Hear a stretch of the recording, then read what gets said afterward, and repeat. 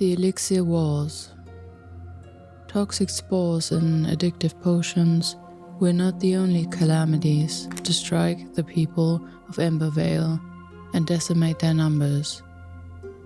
As you travel across the lands, you may notice not only the heavy fog and dying vegetation, but also the heavy scars of warfare. Along the roads between villages and cities, armored corpses pile atop one another. Swords, shields, and lances paint a picture of a fight with one grim ending.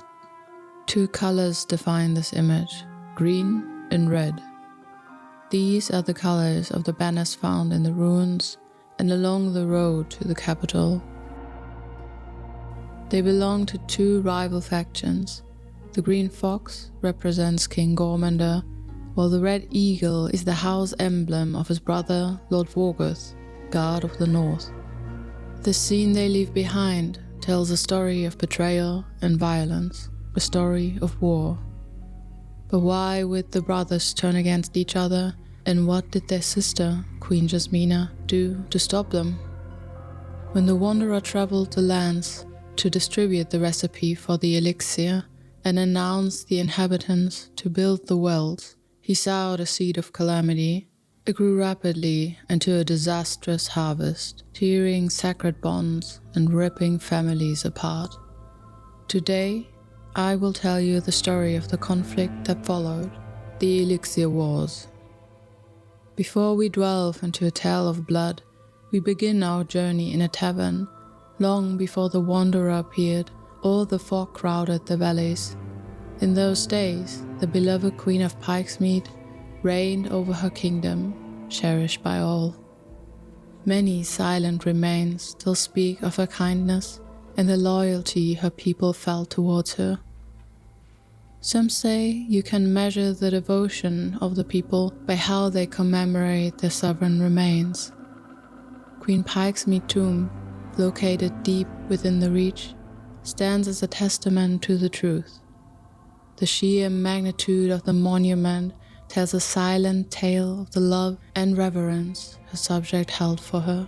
Though the vast halls are ancient and partially withered by time, her resting place remains secure and unviolated to this day, a stark contrast to the hollow ruin her sons left in their wake.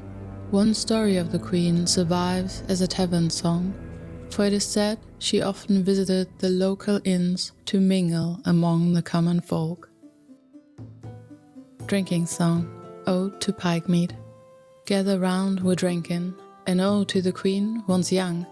3 babes on her arm, cup filled to the brim. Thinking out loud she sung, rather mead in my cup or my cup filled with rum. Drink too much rather than be done. Can't only have some, so share some around. Drink too much rather than drink one. Rather mead in my head and my head on the run than my head on a pike with none. Get the rum and the mead, get the mead in the cup. Get the cup to your head, drink up. The song tells the story of a queen regent with 3 children, a woman who would much rather drink mead than have her head put on a pike. The clever wordplay of head, mead, and pike leaves one wonder, what truly happened before she ascended as queen regent, and where is the king? Her 3 children carry the weight of the realm. Gormander, king of the Embervale, Jasmina, queen of the Candle Waste, and Lord Vorgoth, god of the North. Capturing the world as it was before the war is no easy task. Little evidence remains of that era. Yet, in the heart of the Imperial Garden in Pikemead, a statue still stands, bearing this weathered inscription. Gormander watches over us. King Gormander, son of glorious Pikemead, grand patron of the Revelwood and Springland, watches over all. His vigilant gaze unites us as one, shields us from calamity, and ushers us into a new age of prosperity. However, it seems that not all was well. The decay befalling the lands was already felt within the capital, rendering the statue's claim a lie. The river breaks out, just swept across the border and all the way to the plaza, its mellow waves foaming at the green stairs. An eager tide, they said. A blockage must have loosened upstream. But I beg to differ. The water tastes different. It whips against our walls, rising. During Queen Pikemead's rule, this would have never happened. Our kingdom erodes under Gormander. We've become weak. Skimmer's Cove crumbled and roars. King Gormander's Imperial Guard suspects an impending collapse. Refrain from visiting the cove or venture forth at your own risk.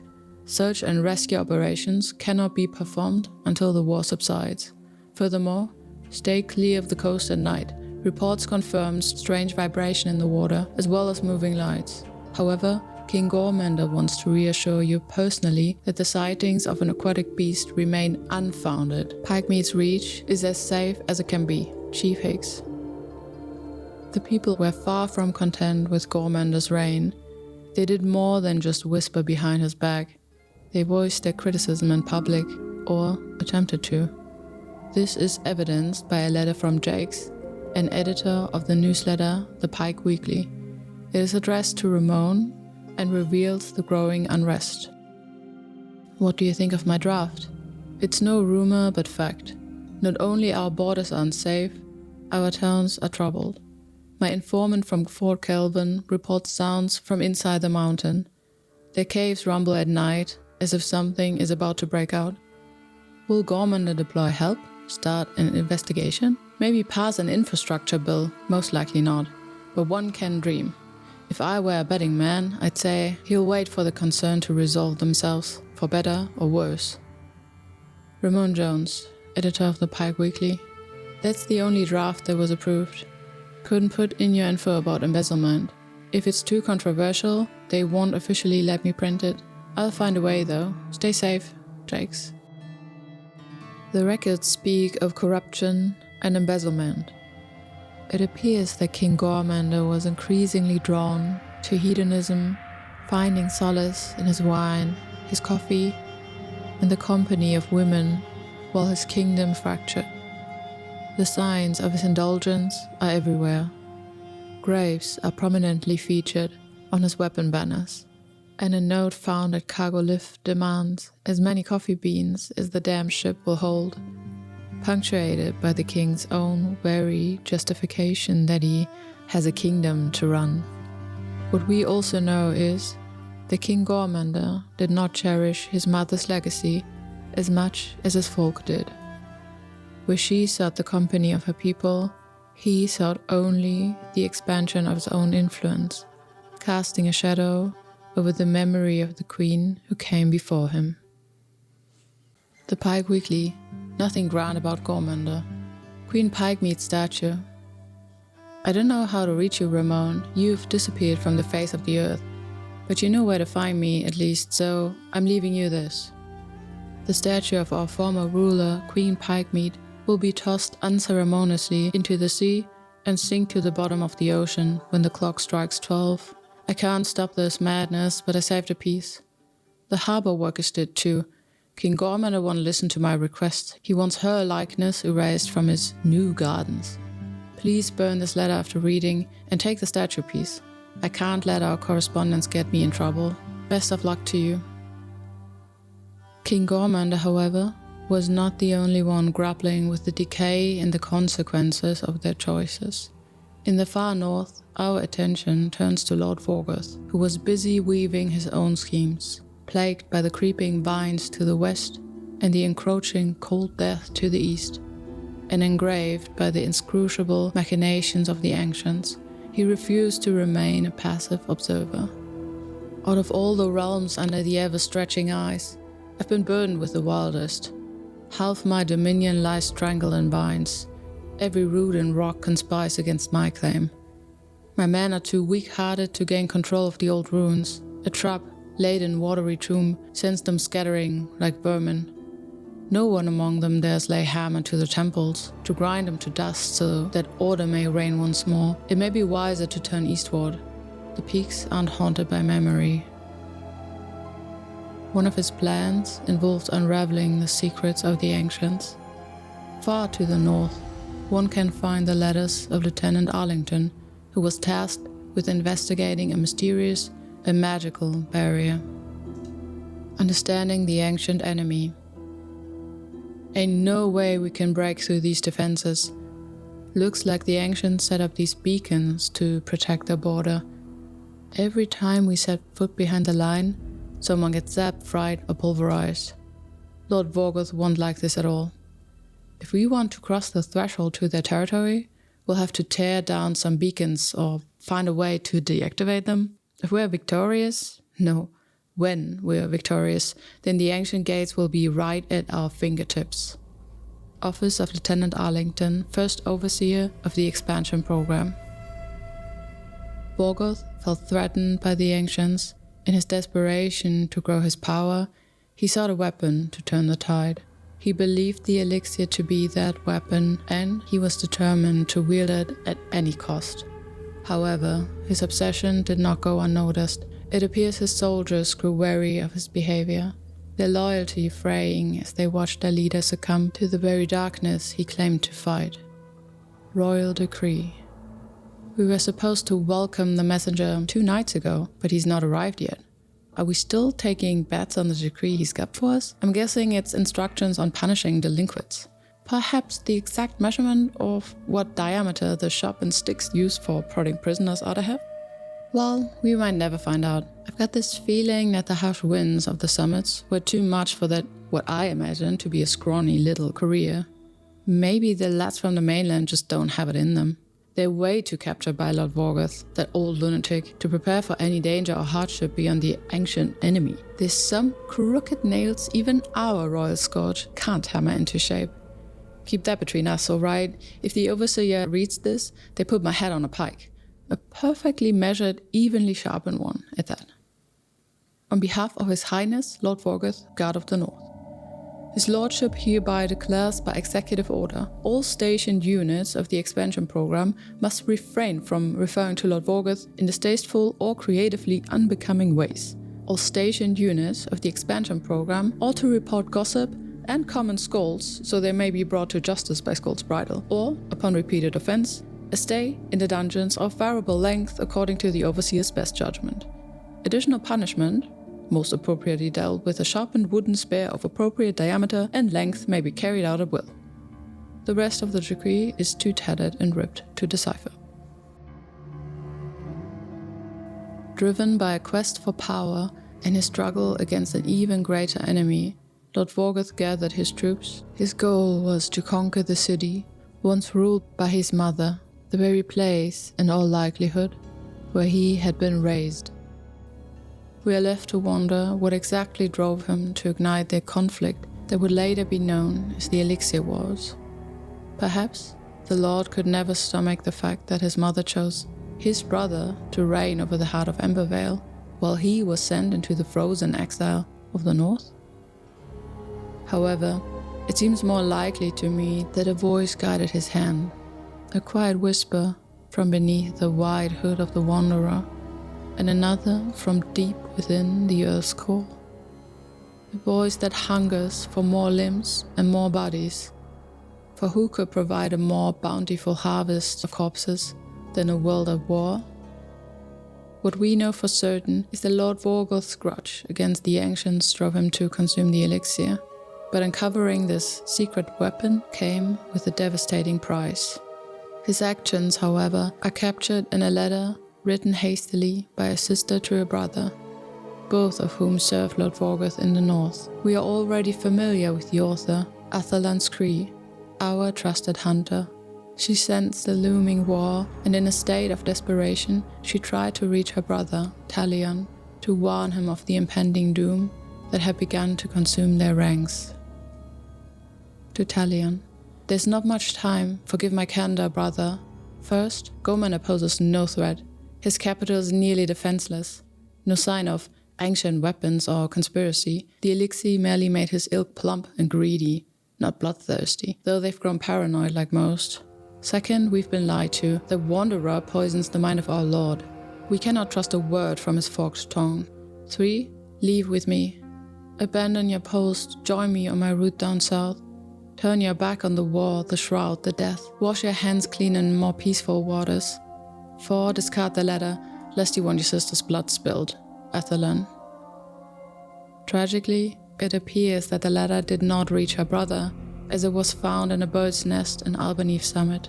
It appears that Athelan made one final attempt to reach Talion after her narrow escape. However, that letter was intercepted by farmers in Revelwood and yet again failed to find its recipient. Lost in the shroud. What a shot! The bird tumbled downwards, flailing and chirping. Its claws were wrapped tightly around the scrap note. Really had to pry him open. Can you believe it? Dear brother, calm your heart, I'm safe and sound. Archers could never match my speed, and border control was filled with gaps in their guard. I made it out of Howling Pike and reached the Revelwood before the troops ever had a chance to mobilize. Lord Vorgoth has gone mad, Talion. His mind has fallen to the shroud. He lied to us. King Gormand is no threat. I can't fight for this, and my scars are proof of that. I wear them with pride, knowing I did the right thing. Please come with me. Wave the war goodbye. Turn your back on all this. I miss you, Shortstack.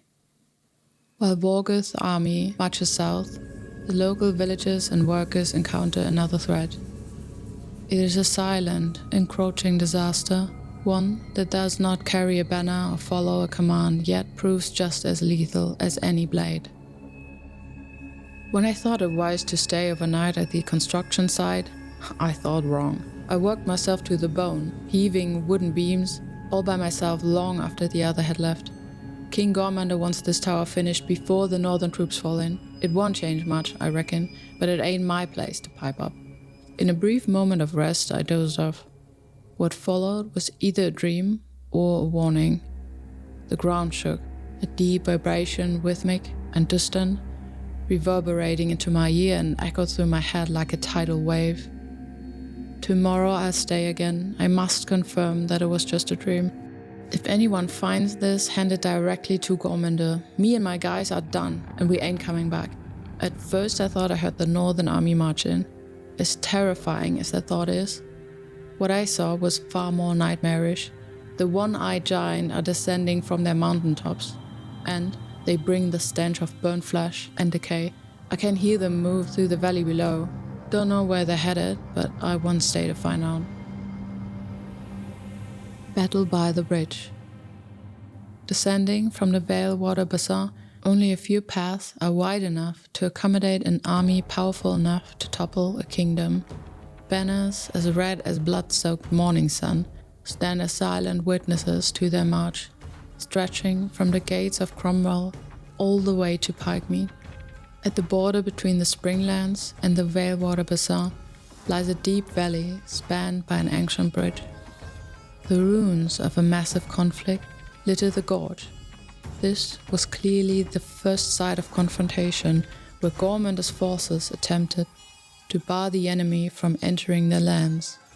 Red banners streamed in from the north like an open wound, while green banners tried desperately to hold the dam from the south. Their hopeful attempts to stem the crimson flood were in vain. During all this, Athelan continues her search for her brother. En route, she encounters traumatized witnesses and fugitives fleeing the slaughter at the bridge. The battle by the bridge. I know you must have been there. The ones that fled had terror in their eyes. The shroud, they said with trembling voice. The shroud blanketed everything. Still, the armies of Vorgoth continued to battle. Please tell me, did you breathe it in? Are you still in there, my little brother, leading the flock as commander? I survey the valley when the sun is highest in the sky, but I detect no motion. I put my ear to the ground, but hear no marching of heavy boots.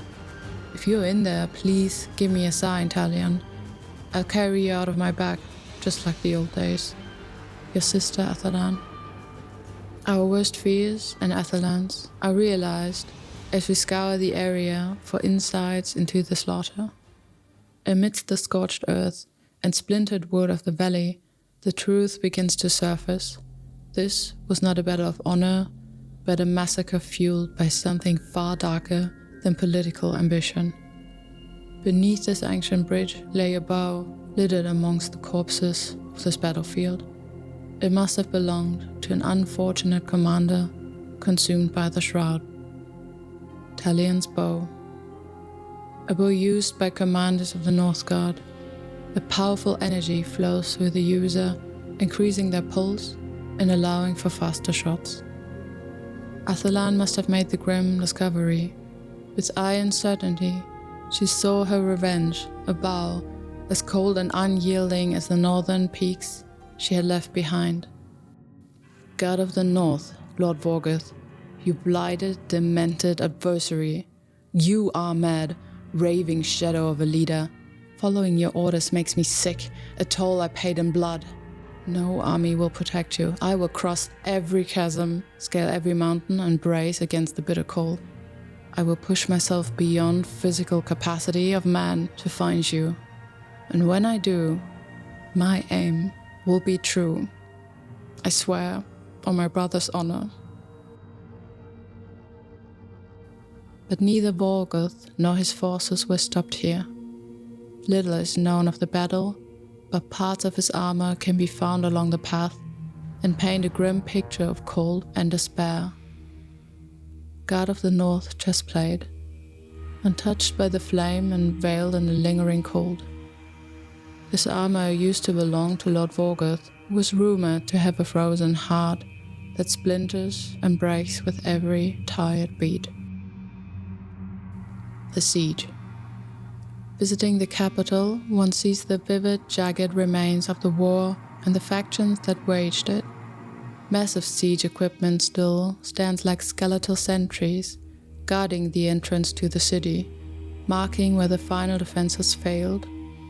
Numerous battles were fought here, turning the once golden streets into a graveyard of stone and steel. The great walls, once the pride of the kingdom, meant to protect its citizens, have been torn down in several places, gaping open wide like unhealed wounds. The old walls were impenetrable in Pikemead's time. Now they crumble. Every watch I see the smoke come closer. The mistral weighs heavy with a pungent sweetness.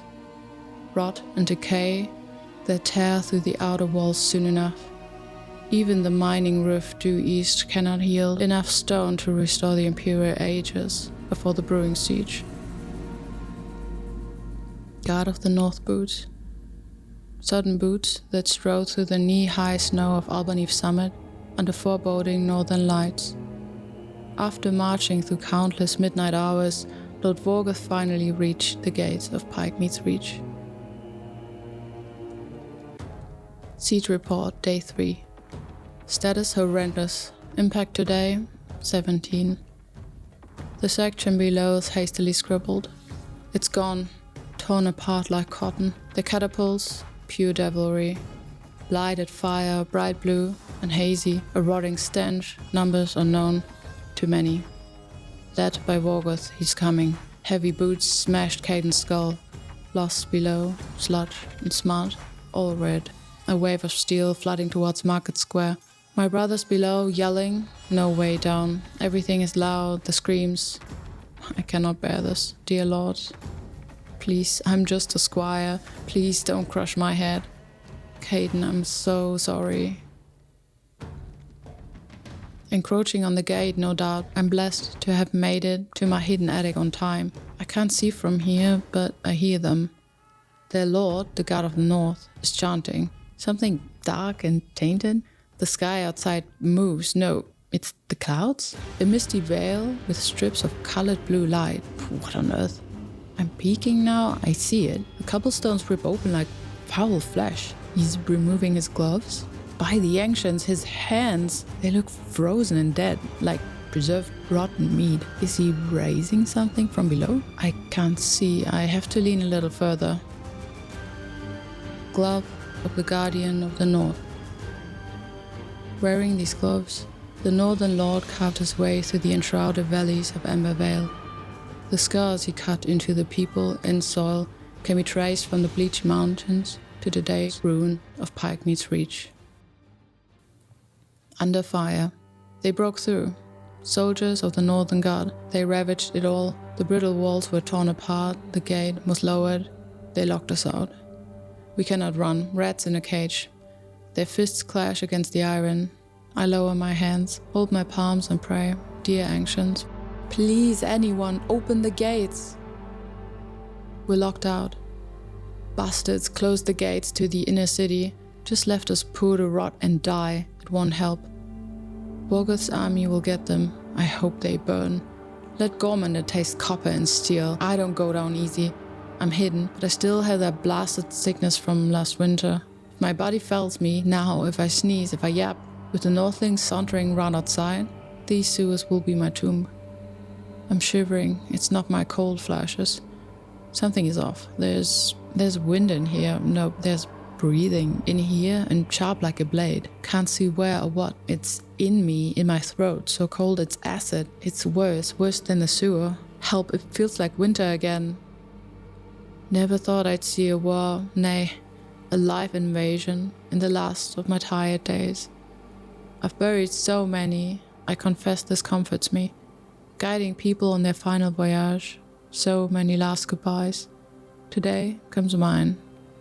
The Northern Army is past the gates. We can't seek respite in the castle. Gormander locked all the doors, lowered all the gates. It will not stop the horde. They will find their way. Ancients preserve us. The shroud is seeping inside. Something drips from above.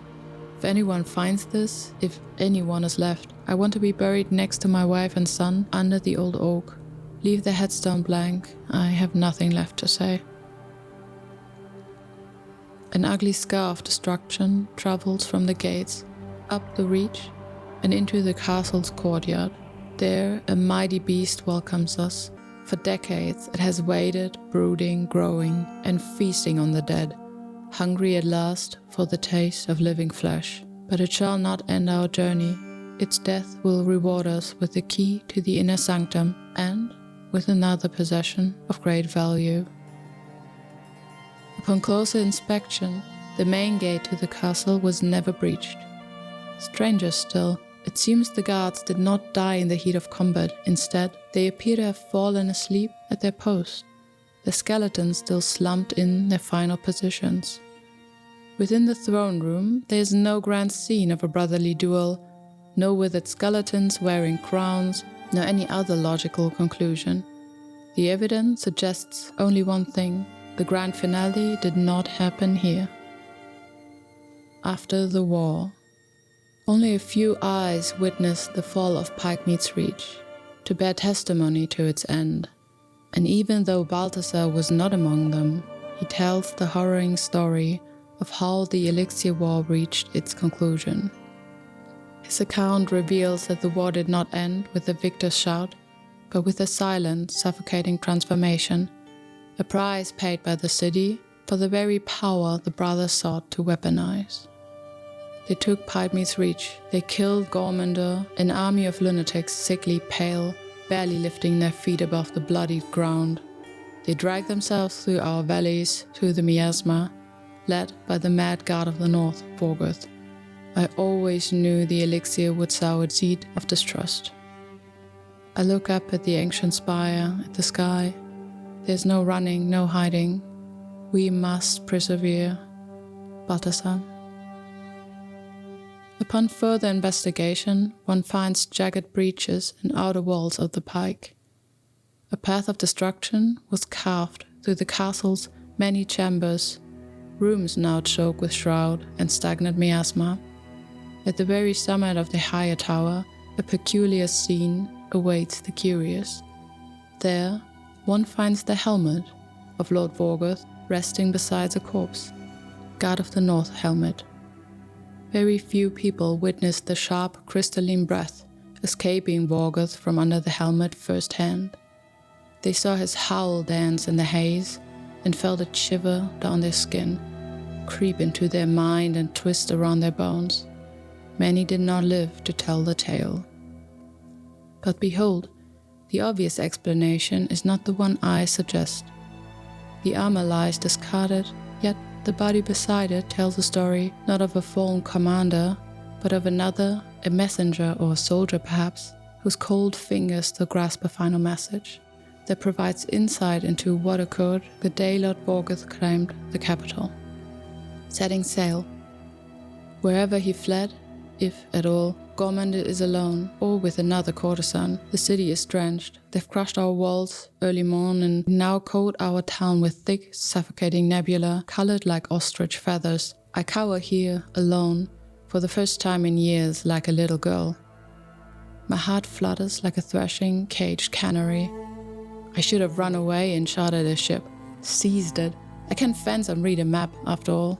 Maybe it's not too late.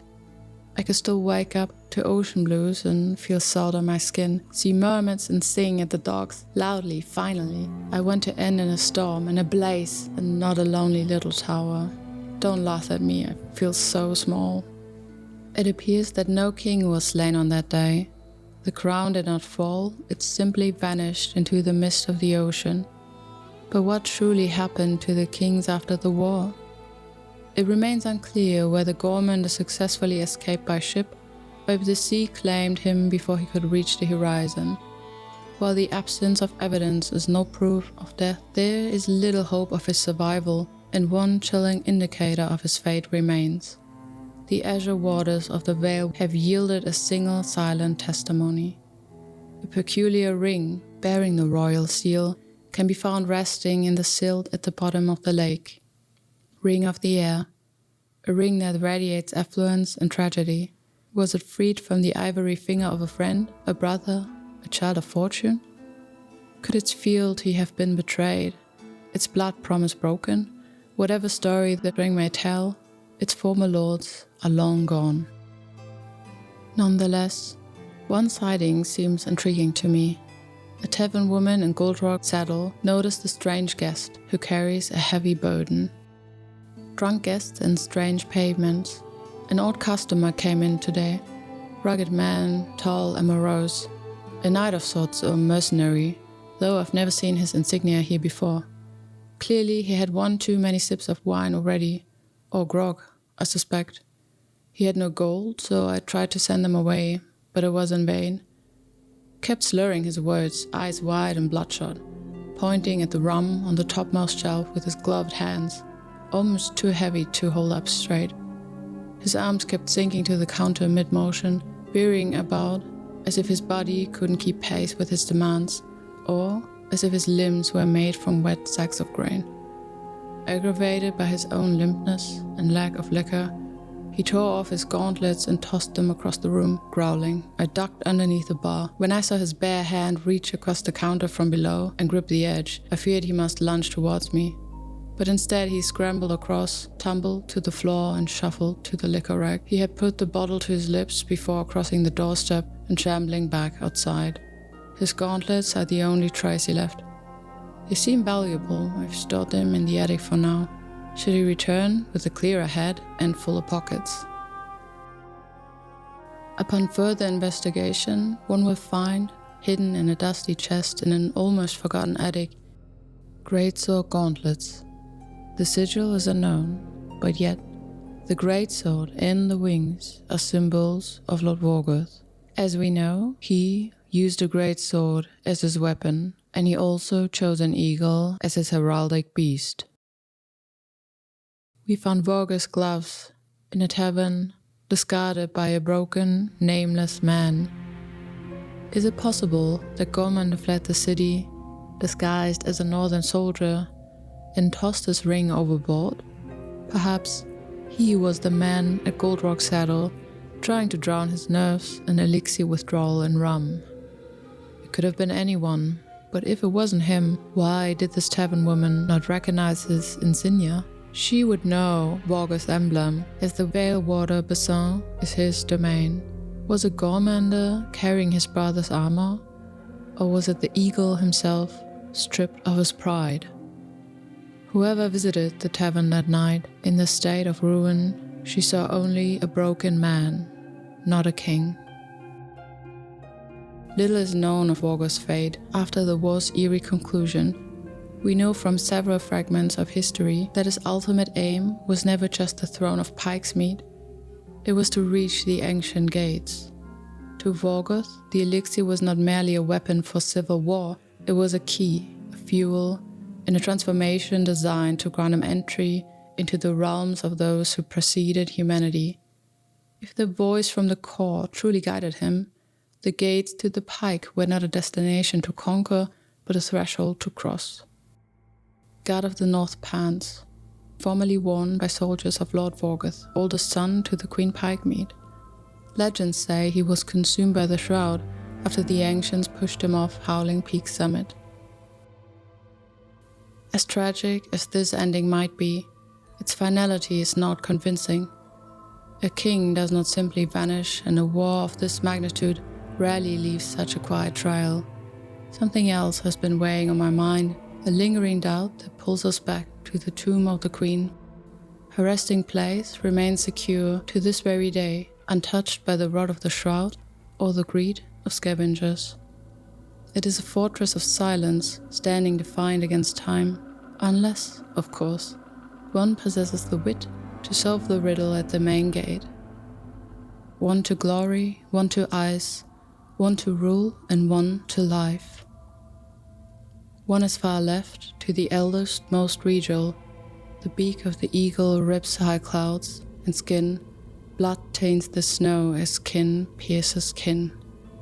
Go right for the youngest, child of the lyre, a voice to inspire across the sea of despair, and find the ocean's heart there, inside the main room along the spine, aching. One above, one below, both hidden, waiting.